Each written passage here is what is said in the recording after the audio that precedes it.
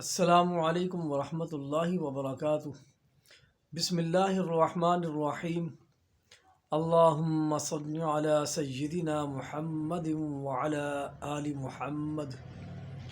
لاکھوں کروڑوں درود حضرت محمد صلی اللہ علیہ وآلہ وسلم کی ذات اقدس پر اور آپ کی آل پر۔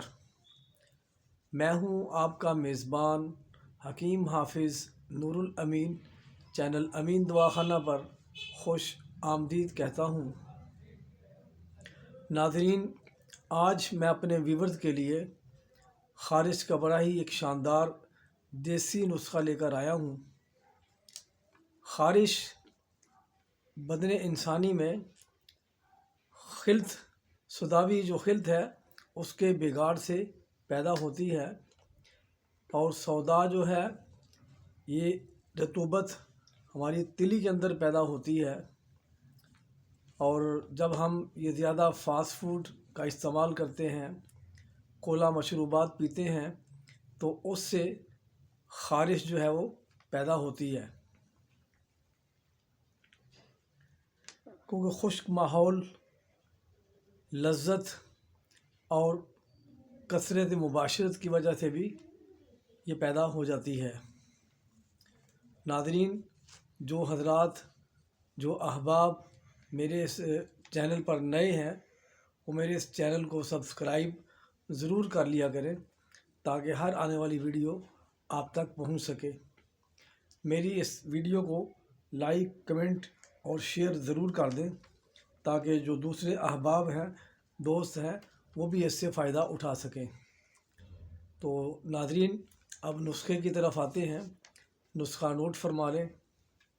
اجوائن دیسی 40 گرام، رائی 40 گرام، بابچی 40 گرام، گندھک آملہ سار 120 گرام۔ ان تمام ادویات کو اچھی طرح پیس لیں اور کپڑے میں سے چھان لیں۔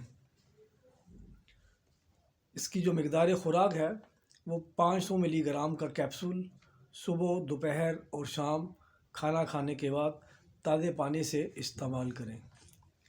ہاں، اگر کچھ دوست مرہم بنانا چاہیں تو وہ اس سے مرہم ہی بنا سکتے ہیں، یعنی کہ جو دوا آپ نے ابھی تیار کی ہے اس میں سے 10 گرام پاؤڈر لے لیں اور 90 گرام پیٹرولیم جیلی، جسے آپ ویزلین بھی کہتے ہیں، یہ لے لیں۔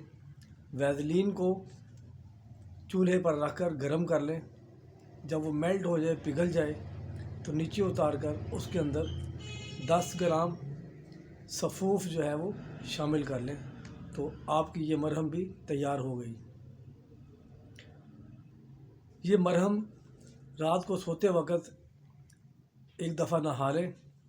نہانے کے بعد یہ مرہم جسم پر لگائیں۔ تقریباً 5 دن اس کا استعمال کریں۔ ضدی سے ضدی جو خارش ہے وہ بھی انشاءاللہ تعالی کافور ہو جائے گی۔ السلام علیکم ورحمۃ اللہ وبرکاتہ۔